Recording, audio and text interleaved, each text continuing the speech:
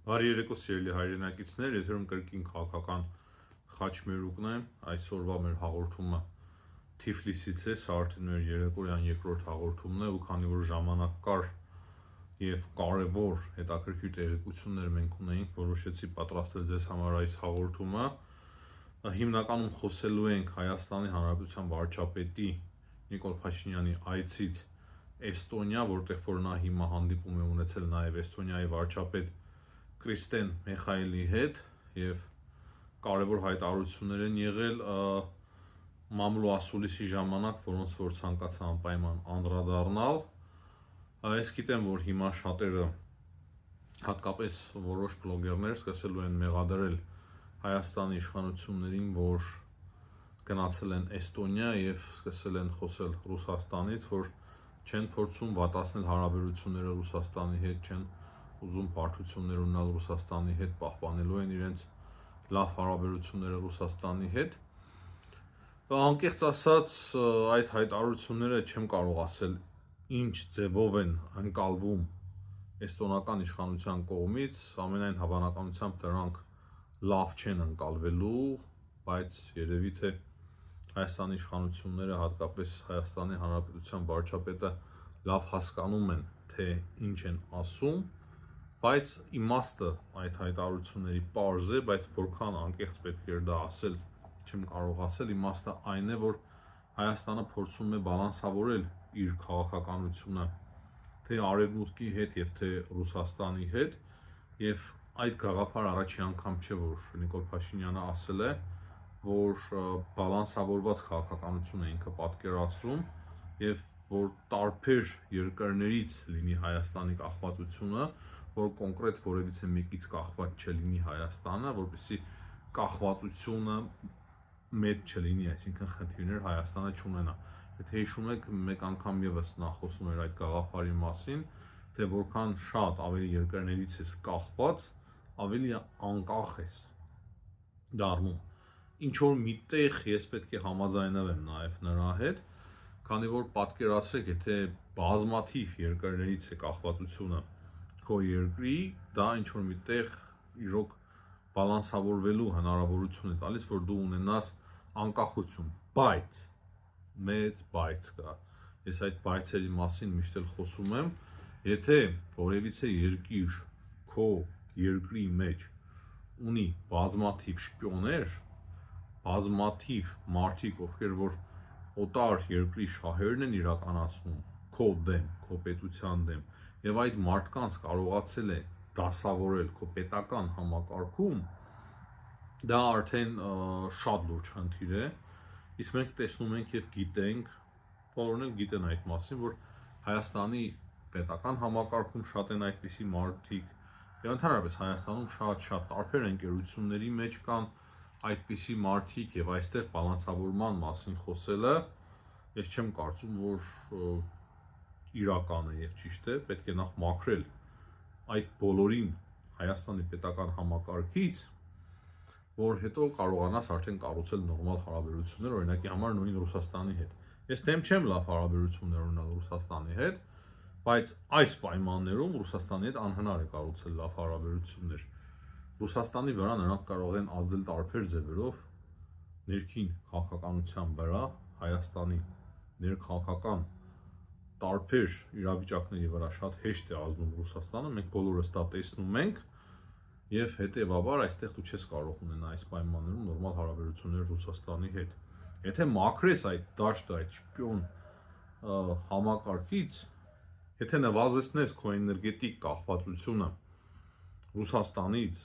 ոչ միայն էներգետիկ, այլ նաեւ տնտեսական կախվածությունը, անվտանգային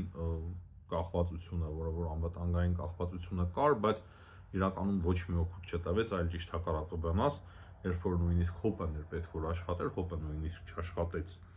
Այսինքն, քանի կան այդ խնդիրները, դու չես կարող նորմալ հարաբերություններ ունենալ Ռուսաստանի հետ, քանի որ Ռուսաստանից այլ ձև են քո հետ խոսելու։ Եվ այդ հայտարարությունները, ինչքան էլ ընկալելի լինեն Նիկոլ Փաշինյանի Էստոնիայում արված հայտարարությունները, ընդհանուր առմամբ ես չեմ կարծում, որ դրանք ինչքան էլ անկեղծ լինեն, ճիշտ են, քանի որ մենք ունենք այդպիսի խնդիրներ։ Երկրորդը այն է, որ Էստոնիայի վերաբերմունքը շատ վատ է Ռուսաստանի նկատմամբ։ Մենք գիտենք Լատվիան, Լիտվան, Էստոնիան, Լեհաստանը դրանք այն երկրներն են, որոնք որ շատ հակառուսական տրամադրվածություն ունեն, դա իրանց պատմական դարափորձից, այդպես չանվանենք հակառուսական, իրենց պատմական փորձից ունեցել են բազմաթիվ լուրջ խնդիրներ Ռուսաստանից եկող, եւ դրա համար իրենց վերաբերմունքը այդպիսին է։ Եվ այսօրվա իրականությունն էլ, այսօրվա վտանգներն էլ դա է նրանց դիտում։ Եվ այնտեղ խոսել Ռուսաստանից, Ռուսաստանի հետ լավ հարաբերություններից, չեմ կարծում, որ դա օգուտ է բերելու Հայաստանի հարաբերությունների Եվրամիության հետ, քանի որ նույն Էստոնիայի վարչապետը կարող է շրջվել եւ եվրոպական տարբեր երկրներում հայտարարել, որ Ռուսաստանը Հայաստանի վրա մեծ ազդեցություն ունի եւ Հայաստանի վրա մեծ հույսեր չարժի ունենալ։ Բայց այստեղ կրկին շատ բայցեր կան։ Նիկոլ Փաշինյանը փորձում է անկեղծ ասել ինչ կա իր մտքում, ինչ կա, բայց ես չեմ տեսնում նաեւ այն, որ ինքը շատ մեծ սեր ունի դեպի հյուսիս, հիմա ով ինչ ուզում է թող ասի։ Ես գիտեմ, որ իր ամենամեծ ցավերը, իր ամենամեծ խնդիրները կապված են եղել հյուսիսի հետ, նաեւ Արցախյան պատերազմում պարտությունը ինքը կապում է միանշանակ Ռուսաստանի հետ եւ դրանից հետո Հայաստանի Հանրապետության սուվերեն տարածքների վրա հարձակումներ Ադրբեջանի կողմից, Հայաստանից տարածքների գրավումը, ռուս խաղապահների հեռացումը Արցախից, հեռանալը, Արցախի հանձնելը եւ այլն եւ այլն, ես միանշանակ համոզված եմ, որ Փաշինյանը կապում է դա Ռուսաստանի Դաշնության հետ, բայց հասկանալով թե որքան մեծ են վտանգները կոնկրետ լուրջ լարվածության գնալու Ռուսաստանի հետ, անում է այդպիսի հայտարարություններ, որքանով դա տեղիներ, կրկին ես չեմ կարող ասել։ Հաջորդ հայտարարությունները վերաբերվում էին Եվրամիության դիտորդական առաքելությանը, որ Հայաստանը շատ մեծ բաներ է կապում Եվրամիության դիտորդական առաքելության հետ, մեծ սպասումներ ունի, հատկապես անվտանգային առումով, եւ դա ճիշտ հայտարարություն էր։ Դրա հետ միանշանակ ես համաձայն եմ, դրանից բացի վիզաների ազատականացման հարցի շուրջ, Ադրբեջանի մասով, որ Ադրբեջանի հետ ցանկանում է Հայաստանը ունենալ խաղաղության պայմանագիր, խաղաղության հասնել, բայց պետք է կոնկրետ գործողություններ իրականացվել, նաև փաստաթղթից բացի կոնկրետ ցանկություն պետք է լինի, ինչ-որ բանով պետք է ամրագրված լինի այդ խաղաղությունը, դրանք շատ կարևոր եւ ճիշտ հայտարարություններ էին իմ պատկերացմամբ, բայց ընդհանուր առմամբ Եվրամիության մասով ես տեսա, որ հայտարարությունները քիչ էին, համենայն դեպս, որքան ես հասցրեցի տեսնել, որքան ես տեսա, Եվրամիության մասով քիչ էին այդ հայտարարությունները, ճիշտ է կար խոսք, որ Էստոնիայի թվայնացման փորձից պետք է օգտվի Հայաստանը, պետական համակարգերի բարեփոխման հետ կապված, դա բնականաբար շատ լավ է, շատ ողջունելի է, բայց ես կարծում եմ, որ Էստոնիան այն երկիրն է, որ Հայաստանին շատ հարցերում կարող է օգտակար լինել Եվրամիության ճանապարհին, եւ այդտեղ չափազանց կարեւոր է դրա համար այդ հայտարարություններին ճիշտ ուշադրություն դարձնել եւ ճիշտ նաեւ հոգեբանության տեսանկյունից, ոչ միայն քաղաքականության, այլ հոգեբանության տեսանկյունից հասկանալ, թե որքանով ճիշտ է այդպիսի հայտարարություններ անել Ռուսաստանի պահով։ Ես չեմ կարծում, որ Հայաստանից այդպես ինչ-որ մեծ բաներ էր պահանջվում եւ Հայաստանը ստիպված էր այդպիսի հայտարարությամբ հանդես գալ։ Նաեւ այդտեղ խոսվեց նրա մասին, որ եթե ստորագրվի խաղաղության պայմանագիրը, ընդհանուր խաղաղության մասով Հայաստանը համաձայն է Մինսկի խմբի այդ գործունեությունից հրաժարվել եւ այդ Մինսկի խումբը լուծարվի, դրա մասին եւս բազմիցս խոսել ենք, բայց մենք հասկանում ենք, որ հիմա Ադրբեջանը ուղղակի առիթներ է ման գալիս, որպեսզի Հայաստանի հետ չստորագրի խաղաղության պայմանագիրը։ Կարծում եմ այստեղ կարևոր է նշել, որ ոչ միայն Էստոնիայի վարչապետի կողմից, այլ նաև շատ եվրոպական առաջնորդների կողմից հստակ տեսնում ենք այն, որ Հայաստանի նկատմամբ իրոք շատ լավ վերաբերմունք եւ տրամադրում կա։ Հայաստանին տեսնում են ժողովրդավարության, դեպի ժողովրդավարություն գնացող երկիր, ինչը բնականաբար շատ լավ է մեզ համար, եւ դա լավ իմիջ է ձևավորել Հայաստանի համար, բայց կան հայտարարություններ, արվում են այնպիսի հայտարարություններ մեկ-մեկ, որոնք որ վտանգում են այդ ուղին եւ հիմա այստեղ Էստոնիայի վարչապետի կողմից մենք տեսանք,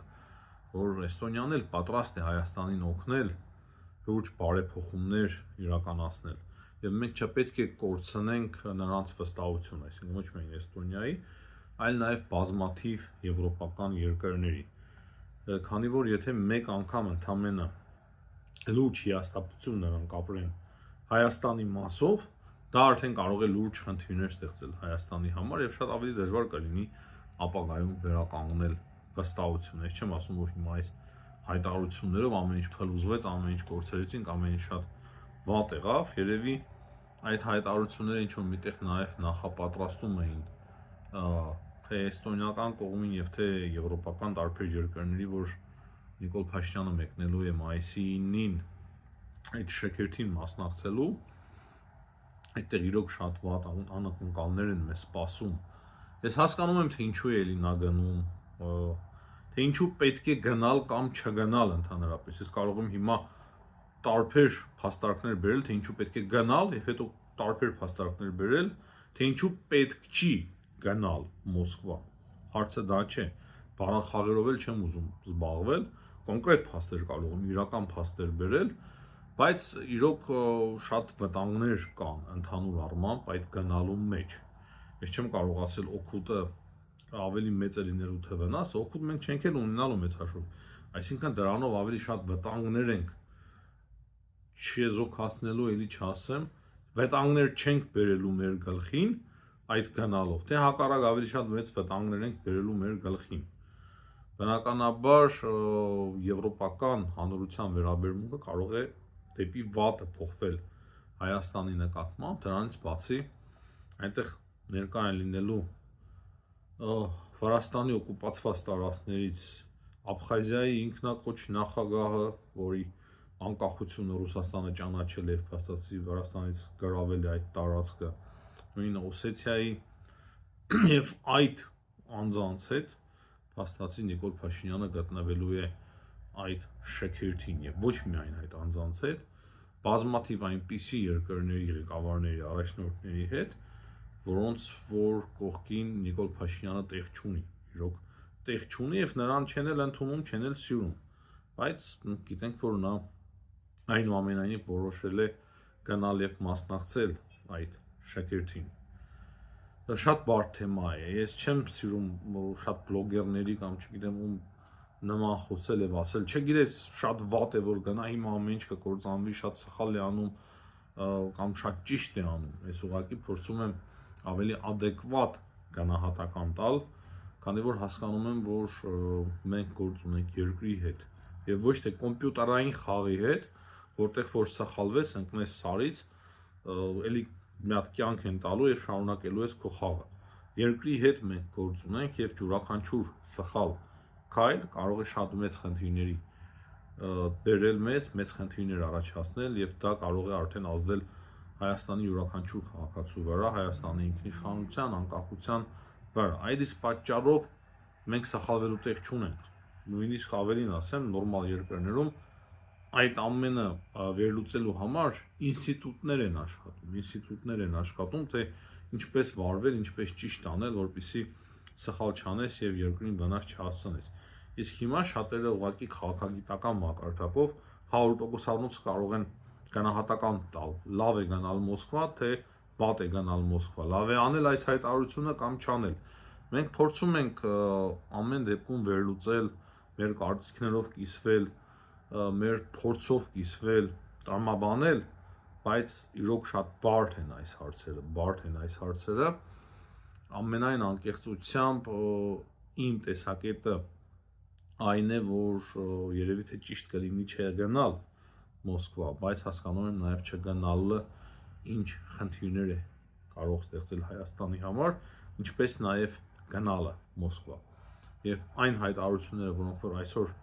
հնչեցին Էստոնիայում, ես ավելի շատ կասկած ունեմ, թե արդյոք պետք էր որ այդպիսի հայտարարություններ հնչեցներ Նիկոլ Փաշինյանը, բայց ընդհանուր առմամբ, որ ինչքան շատ երկրներից կախված լինես, այդքան ավելի անկախ կլինես, քան ասենք մեկ երկրից կախված լինես, այդքան ոչ անկախ կլինես, այդ տրամաբանությունը իրոք աշխատող է։ Եթե մենք միայն Ռուսաստանից ունենանք կախվածություն, բնական է, որ մենք չենք ունենա անկախություն եւ ինքնիշխանություն, բայց եթե մենք կախվածություն ունենանք, ասենք 15, 20, 30, 50 երկրներից տարբեր առումներով, էներգետիկ, տնտեսական, ապա բնականաբար, եթե մեկը, կոպիտ ասած, այդ վինտիլը փակի, դա մեծ խնդիրներ չի առաջացնելու մեր երկրի համար, քանի որ Հայաստանը